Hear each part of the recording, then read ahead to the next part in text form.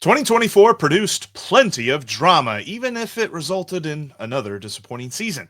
We look at the good, the bad, and the ugly that was the Reds' year.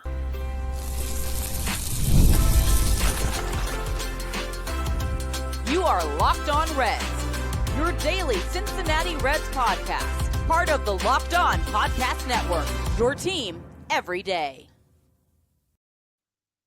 Welcome into Locked On Reds. We are your daily source for all things Cincinnati Reds. I'm Stephen Offenbaker. He's Jeff Carr. Happy New Year, everybody. We have a combined 14 years now of experience covering the Reds in podcasting form. It's because we love baseball. We love the Cincinnati Reds. We have taken our love of the game, our love for this team, and we have turned it into information for you. Locked On Reds is part of the Locked On Podcast Network, your team every single day. And on today's show, we're looking back on 2024. We're going to talk about the top storylines, whether they were the good, like somebody getting MVP votes, or the bad, injuries everywhere, or even the ugly, say it with me, PEDs. We're going to get into all of it on today's episode. All right, Jeff, let's dive in. And we're going to start with one that at the surface of it, you're like, well, how is that a good thing? But it ultimately is a good thing because it leads in a good direction. It was from a bad season, but the first good thing on the list is the Reds fired David Bell. And I know that's harsh. That sounds mean. Happy New Year, David Bell. Glad you got fired. But it's led the Reds in the right direction. And listen, I was happy when David Bell got hired. I thought he was the right guy at the right time to help install some of the things that needed to be done in this organization. If you remember what the state of the Reds was when David Bell came on board, they were lagging behind. They were behind in analytics. They were behind in modernization. They were behind in everything. Now David Bell comes in, they implement new systems, they overcorrected and they had to course correct. And there's a lot of story buried within that story. But ultimately, David Bell took this team as far as he could take it, changed this team as much as he could change it. And then it became pretty evident that they were going to have to go a different direction to try and get to the finish line, to the promised land. And that resulted in another terrible year last year with a lot of what we learned after the fact was clubhouse issues and accountability issues and all kinds of things that have been going on for years. Ultimately led to Nick Krall pulling the trigger, firing David Bell, which I think was the right move at the right time also. Yeah, and I think that there are two reasons why you can put this headline in the good section, simply because it led to Terry Francona being hired. I think that this decision was one of two amazing decisions that this organization finally made, because you and I both knew, quite frankly, in the middle of this season, that David Bell wasn't going to be the guy to get him there. He wasn't going to be the guy to lead them to that next step, to lead them to the playoffs and lead them to a playoff advancement, ultimately what we're looking for here. They went and they got a guy who has done that at the highest of levels, has won championships with multiple different organizations, and has gotten to the point where, whether it's a big market or a small market, Terry Francona can win. So I think that this decision, while what got you there wasn't so good, ends up being a good one. And quite frankly, Steve, just to kind of really hit back on the point about the Reds actually making a good decision here, I think for a little over a year, you could argue that it seemed like David Bell wasn't going to be the guy anymore. I felt like 2024, what he was here because 2023 was a surprise. And really, you can't give him a ton of credit for that. I'm sorry. I just don't. I give it to the young guys. I give it to the talent. Do you think at the end of 2023, David Bell's like, well, crap, I have to come back and do this again. And meanwhile, Nick Krall's over in his office going, well, crap, we have to let him come back and do this again. Right. You can't fire him after a winning season. But what was David Bell like crap, or was he just like, all right, that's one more year. I don't have to move. I'm pretty sure David Bell was ready to eject as well. I'm not sure he was upset about being fired, but I will tell you this, the one other good part of this, David Bell being fired, that you did not hit on, and I guess, you know, our end of year, our end of December, our end of 2024 episode, you know, I can include this just one last time. The other good thing about David Bell being fired is never again do we have to deal with, the guys are almost right where we want them, and they're doing very, very well. And I think that they're almost there. They're really, really playing hard. And I think that if they just keep going out there and trying hard, they're going to be good. What was that old thing, like sing low enough so nobody can hear how bad you are? Like maybe that's what he was like, let me talk low enough so nobody knows how silly this sounds. But there it is, the final David Bell impersonation. Final David Bell impersonation. 2024. Yeah. We started, what was it? The David Bell bingo. We started that. Yeah, you got that fired. Bingo was his name. It was like one game, and he got fired. Oh hell no, Jeff's not playing this game again. They're playing. We're not doing this. They started a game out of his press conferences. We're done with this. But to your point of the good that it led to, that naturally now we segue into Terry Francona, because talk about going a different direction. Talk about taking what the corrections, the improvements that the Reds have made within the organization, and putting a leader in front of it to lead this charge now.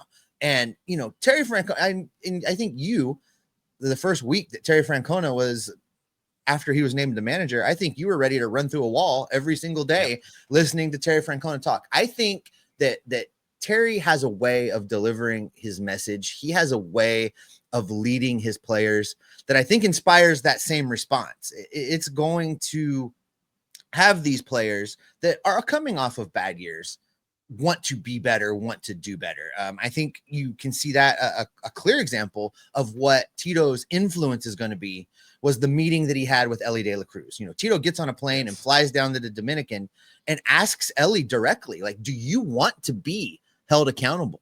Do you want to be challenged? And Elly's like, absolutely. I want to be the best player that I can possibly be.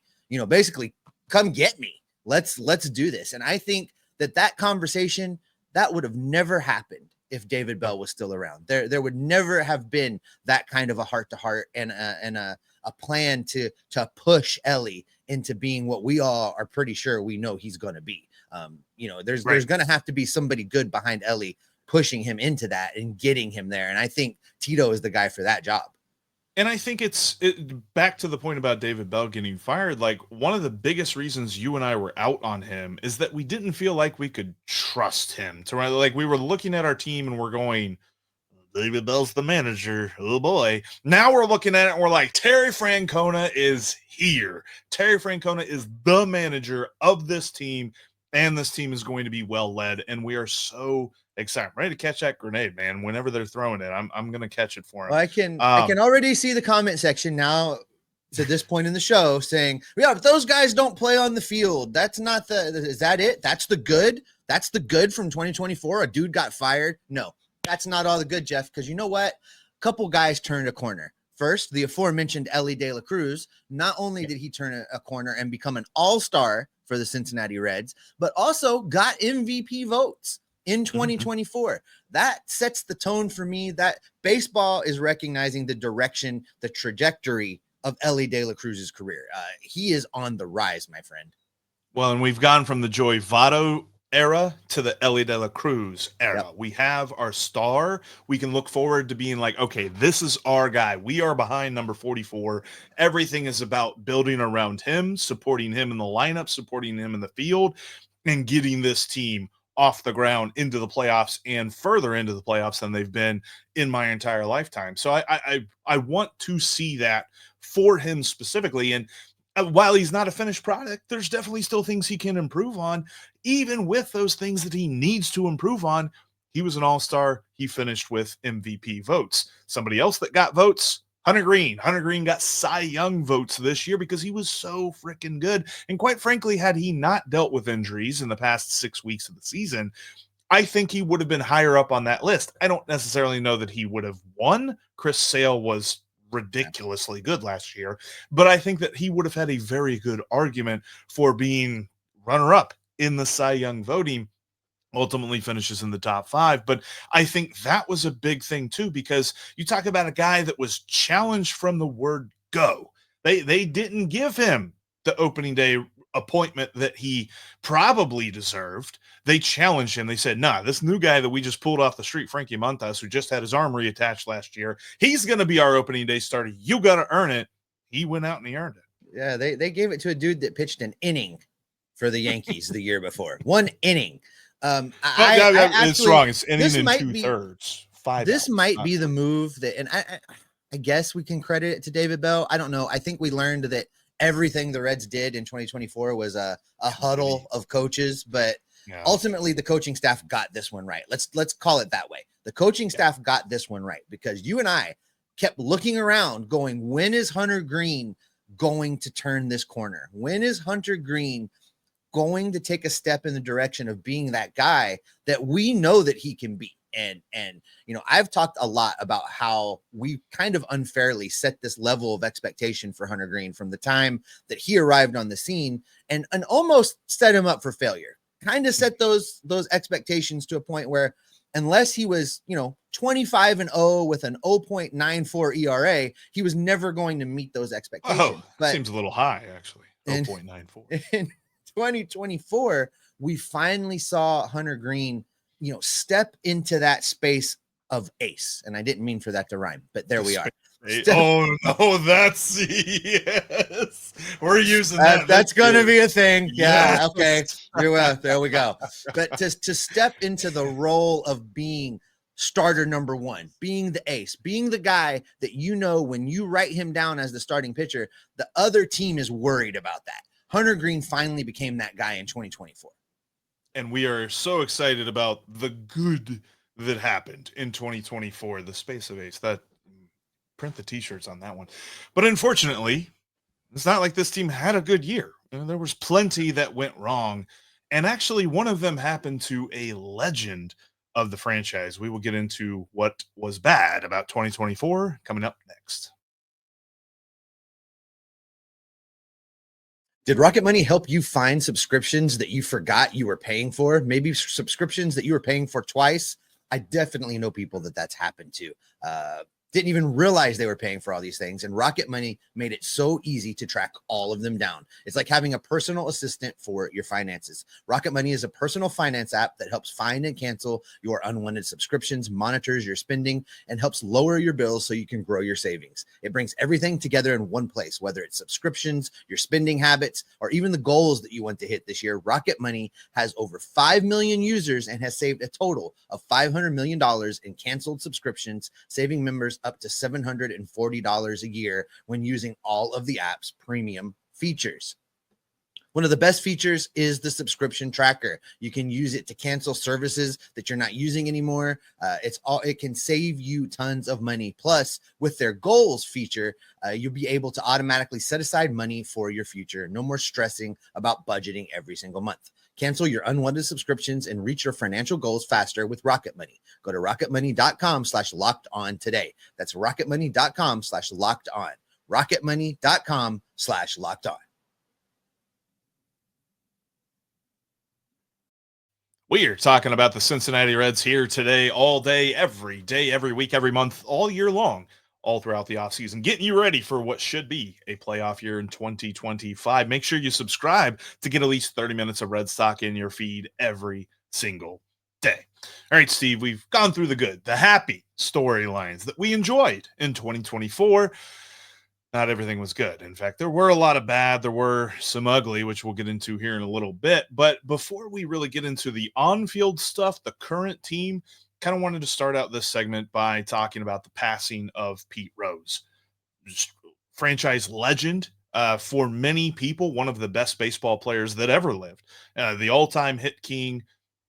So much that he did on the field is something that anyone in the city of Cincinnati aspires to be, and he passed away. And now that brings about all this discourse of, is he going to make it into the Hall of Fame? Is there going to be some sort of posthumous, if I can say that word correctly, appointment? Things like that. Like, all of this, it just seems to muddy what should be the sort of celebration of a franchise legend that we just never really have gotten to fully appreciate.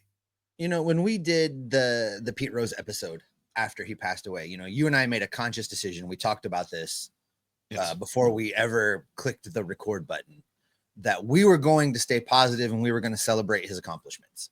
Yes. And there was not really a space to spend a lot of time criticizing the Hall of Fame in that moment. It just wasn't the right time. Now's the right time.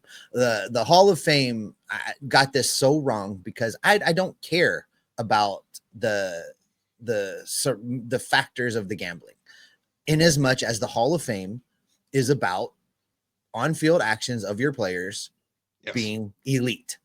Pete Rose played 24 years in big league baseball, amassing 79.5 in wins above replacement. He led baseball in games played, 3562, plate appearances, 15,890. That equates to 14,053 at bats, good for 4,256 hits. Not having that guy in your Hall of Fame makes you ridiculous. It makes baseball ridiculous. It makes the Hall ridiculous. And if they try to put him in now, I hope his family refuses. I hope they tell the Hall of Fame to pound sand, to go kick rocks. You didn't want him when he's alive. You don't get him when he's dead. You don't get to legitimize yourself by celebrating him now that he's dead. I hope that's how his family reacts. And the Hall can forever have that ridiculous label applied to it for getting that so wrong. Yeah, and I've never understood the virtue signaling with all of it. Let's just call it what it is. Like, there are so many guys in the Hall of Fame that are not perfect human beings. It is not the Hall of Virtue. It is the Hall of Fame for baseball. And there are some guys in the Hall of Fame that are there's some doozies in there. There's some doozies in the Hall of Fame. They're less than angels off the field, and why we got to be super specific about one individual. It's just so silly with me. And I get it. He didn't handle the whole gambling thing well. He was not the best of people, but that's not what this is about. We're talking about his on-field accomplishments. And so that's really where this storyline for me has a bit of a sour tinge to it, just in the way that all of this worked out for him. And I mean, there's players across sports that have seen injustices done with their careers as far as celebrating them. We can talk about, and quite frankly, we'll leave it to James and Jake for Locked On Bengals to discuss Ken Anderson not being in the Hall of Fame for professional football and things like that. But it's just such a travesty that the guy who holds a record that, for my money, the closest guy that ever could have come to it was Ichiro, and you don't count the Japanese stats. So I don't think anybody's ever going to touch the hitting record. That's never going to be broken. And that record will remain absent from the Hall of Fame due to just silly reasons in my mind. Yeah, I completely agree with that, Jeff. I think you and I are on the same page. Wasn't all off the field action, and his death is bad. And I think we got that in the right segment for sure. Death is bad. you know what else is bad is if you don't take away anything else from the show. Death is bad. You heard it here first on Locked On Reds. Death, ladies and gentlemen, is bad. Then there was a lot of on-field bad, Jeff, and I think the biggest of that is just the injuries. You go through and you look at what this team, you know, they hoped, buddy. They hoped that 2024 was going to just be a build on 2023. You and I hoped that 2024 was going to be a build on 2023, and the wheels very quickly came off. In fact, the wheels came off in Goodyear before this team ever broke camp. Matt McLain goes down with that shoulder injury, diving back into a base, freak accident, wrecks his shoulder, has to have it reconstructed. And it was all downhill from there, between injuries to Matt and CES and TJ Friedel and Nick Lodolo, and then later Brandon Williamson and everybody else that ever pitched in the history of the Cincinnati Reds, all getting hurt at the same time. It was a bad injury year. Yeah, and McLain set the tone in Goodyear, whether he meant to or not. That's just kind of how the years seem to go. And I think there's a lot of folks. We said he was going to be a leader. We said he was going to be a leader. And he was. And there were a lot of folks that wanted to say, oh, it's a cop-out to say that injuries are a big issue for this team. But quite frankly, it's silly to ignore the fact that injuries were a huge issue for this team. Matt McLain is supposed to be like leader 1A or 1B right there next to Elly when it comes to this roster. CES, we said, we discussed it, could be the best hitter on this roster if he reaches his potential. But in order to reach your potential, you gotta be on the field. And when you're not on the field, quite frankly, potential doesn't matter. In fact, talent doesn't matter if you're not on the field. So availability was something that plagued the Reds all year long and will be a thing as we enter Goodyear. It will be a thing as the year begins. Is Matt McLain totally healthy? Is he ready to go? Is he going to have to be a DH to begin the season just so he can work his way into playing every day? Does CES have a hand at this point? Like, I want to make sure that he has a right hand. Felt like everything that you could possibly do to a hand happened to his hand. So what's that look like as the year begins? Is he ready to go? TJ Friedl was on and off the injury report all last year.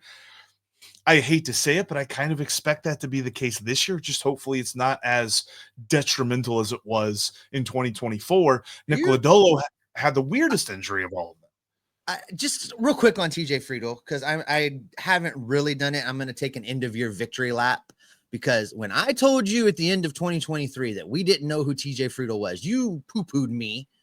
And we're now through 2024, and we don't know who TJ Friedl is. So take that, Mr. Alabama Huntsville West.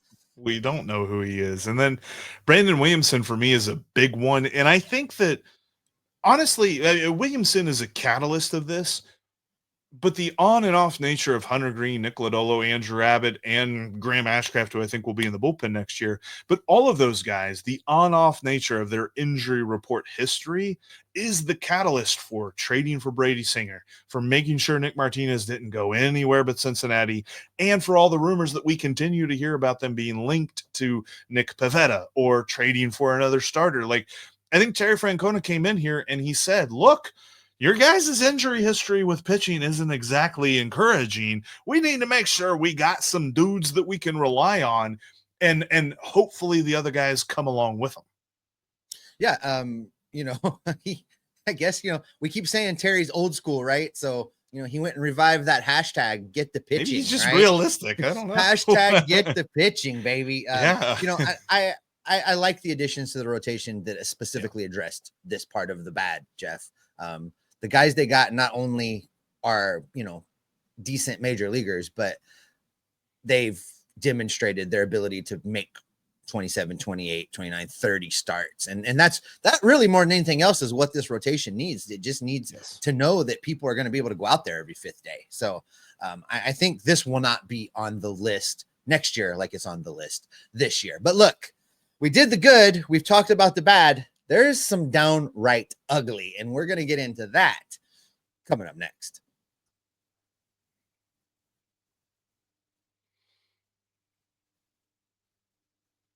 Make sure you take us with you. If you can't watch us here on YouTube, we are on every single audio feed, podcast feed that there is. If you find one we're not on and you really need us to be on it, message Jeff on the socials. He'll make it happen for you. Also, programming note, the first show of 2025. Yes, 2025. It's going to be a live show. I will be coming to you live from San Diego, California. Jeff and I will be talking Reds baseball. I think we're going to do that Thursday at noon Eastern time. So Thursday at noon Eastern time, first live show of 2025. All right, Jeff, the good, the bad, the ugly. Let's just start with some real ugliness that I was really ticked off about and still kind of get a little blood boily over. And that is the PED suspension of Noelvi Marte. This is a player that, it was clear to us. It was clear to the organization. It was clear to everybody that follows the team that the Reds were counting on Noelvi Marte to be the guy. He was going to be the third baseman. He was going to start on opening day. That was his spot. And he screwed it up. He gets caught with PEDs. And look, I don't know how they got there, he says. I know how they got there. They got there through a needle. So, the way he handled it up front when he got caught ticked me off. The fact that it happened at all ticked me off. But what really ticked me off is that it hurt this team. And then when he came back from it, he was a shell of the guy he was before it, which makes me wonder, was he just enhanced the whole time? this is ugly because it creates a situation where an organization that was really counting on him has to pivot, I think. And it's going to be hard for them to pivot. It's going to be hard for them to take him out of that category of players you think are going to be long-term contributors. And he's going to have to earn his way back in, and he's going to have to earn that trust back. And everything he's done so far, performance-wise, has not earned any of that space back. Yeah, where I think injuries in spring training to Matt McLain and other guys kind of put them behind the 8 ball. This really drove the nail home that they were going to start the year off just catching up, trying to make sure that they survive until certain guys come back, because you're right. He was supposed to be the third baseman. He was supposed to be a middle of the order guy. Was it 3, 4, 5, 6? Somewhere in that range is where Noelvi Marte was being penciled in last February.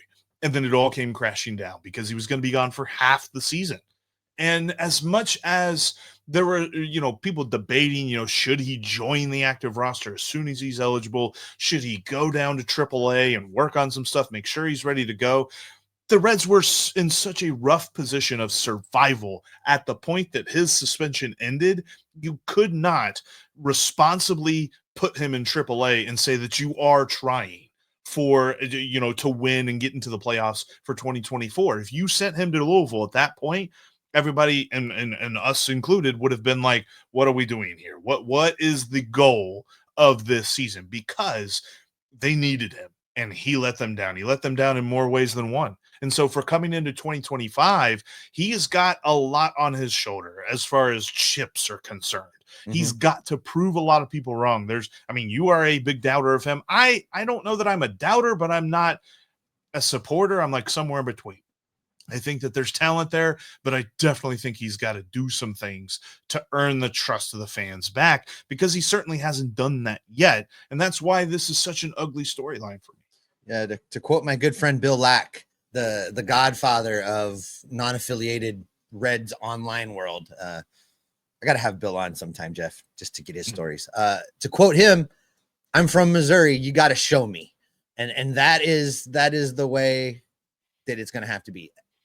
Noelvi's going to nothing is proven for him. He's got to show everything. Yeah. I am out on him until he changes my mind. That's kind of where I'm going to be with him the rest of the way. But as bad as that was, as ugly as that was, the single ugliest thing from the 2024 baseball season, I think in both of our minds, Jeff, is just the overall implosion that was the Reds lineup in 2024. And I know we've talked about all of the reasons why. We've talked about the injuries. We talked about the guys that weren't there. We talked about all of the things that led to it.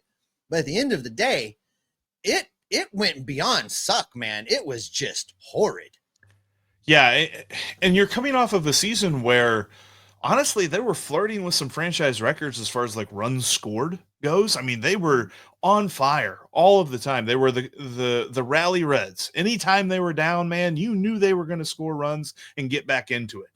This year in 2024, it felt like if they got down by 3 runs, pack it up, move on. Let's go to tomorrow's game because today's game's over. Because they just couldn't seem to get any sort of rally together.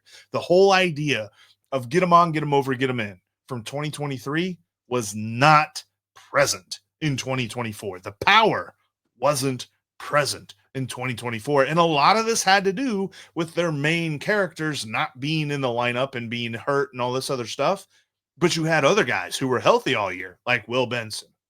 You had other guys like CES, who was healthy some of the time, but he was completely ineffective during that time that he was healthy. Or Jamer Candelario, who just had a very mediocre season, and then he dealt with injuries as well. We didn't really mention him in the injury portion, but he was part of it. There's just so much about this team that was supposed to be better, and they couldn't hit. It seemed as though they hit a collective slump in the month of May, because the month of April, we felt like this team was who we thought they could be. And then the month of May hit, they stopped hitting, and the rest of the year felt like they were just running to get back to that point where they're like, we can trust this lineup again, and they never reached that point. As we wind down here, Jeff, in 2024, the last minutes of Locked On Reds for 2024, let's end on a bit of a high note. We've talked about the good, we've talked about the bad, we've talked about the ugly. Let's talk about our favorite moment from 2024. It doesn't have to be some earth-shattering moment, but just our favorite. And I'll go first. For me, it was the very first series of the season against the Washington Nationals. Back to baseball, opening day, the Reds get a big win, 8-2. They dropped the second game of the series, but that leads me to the third game of the series and my favorite moment of 2024, which was being in the ballpark for the walk-off of back-to-back home runs in the bottom of the ninth inning. Will Benson ties the game with a home run, and I'm standing down there at the bow tie, and we're still celebrating the Will Benson homer when CES puts a charge into one and walks it off to give the Reds a win. And that was my favorite moment of 2024. And it's sad because we're picking moments that happened very close to each other, and they were very early on in the season. That just tells you how the year went. But as April began, on April Fool's Day, actually, when the Reds were in Philadelphia, they played an extra innings game, and none other than your favorite man, Spencer Steer, knocked them off, grand slam, go-ahead grand slam in extra innings to get that win. Like, it just felt like after coming off the walk-off against the Nationals and then starting this series against the Phillies, who are just always, like, at least for the last couple of years here, expected to be one of the top teams in the National League, you kind of felt like the Reds were getting off to the right start, the start that they needed to have. And it was because of that dramatic grand slam from Spencer Steer. And you just felt like, man, here we go. We are cooking with gas, man. And that really, for me, just kind of hit home the disappointment of the year because it started off so hot. That was a great moment for me, and I loved it. Oh, we were so young and naive back then, Jeff. Oh, back in those days. But hey, before we do get out of here, I want to thank everybody. Thank you for being a part of the show, whether you're an everyday or whether you're just checking out the show, whether you've been here from the beginning, or you just found me today. Me and Steve have been doing this show for over 3 years now. He hit his 3-year mark just a couple of days ago. And today, New Year's Eve of 2024. So what's by the way, what's that word? New Year's Eve of 2024? Is it New Year's Eve 2025, even though it's in 2024? No, it's 2024. This is New Year's Eve. New Year's Eve 2024. Yeah. Right. This is my 6-year anniversary. So I've been doing this show now for 6 years. Spent 3 of them solo, 3 of them with Steve. And I just want to thank you for being a part of the show, viewer, listener, however you consume Locked On Reds. Appreciate you for doing that because it's been a lot of fun talking Reds. And quite frankly, they've only made it to the playoffs and they didn't score any runs in the 2 games that they faced the Braves in 2020. Ugh. But hopefully I thought we were ending on a high note. A lot better here. Yeah, we are, because they're going to make the playoffs this year. That's how we're ending it on a high note. Thanks everybody so much for checking out today's Locked On Reds and any Locked On Reds that you may have checked out. Make sure that you subscribe to us to get at least 30 minutes of Red Talk in your feed every single day, because we're going to be with you all throughout the offseason as we lead into this season. Again, like we mentioned, live show Thursday, January 2nd, now 2025, noon Eastern time. We'll be coming to you live, discussing how the Reds can take advantage of the new year. Steve, take us away. We're going to keep gathering up the news. We're going to gather up the information. We're going to gather up all the rumors. We're going to bring them right back here to keep you locked on Reds every single day. Cue the dad joke. See you next year. Not talking about the Reds for the rest. Okay, never mind. I'm probably going to talk about them here in a few minutes.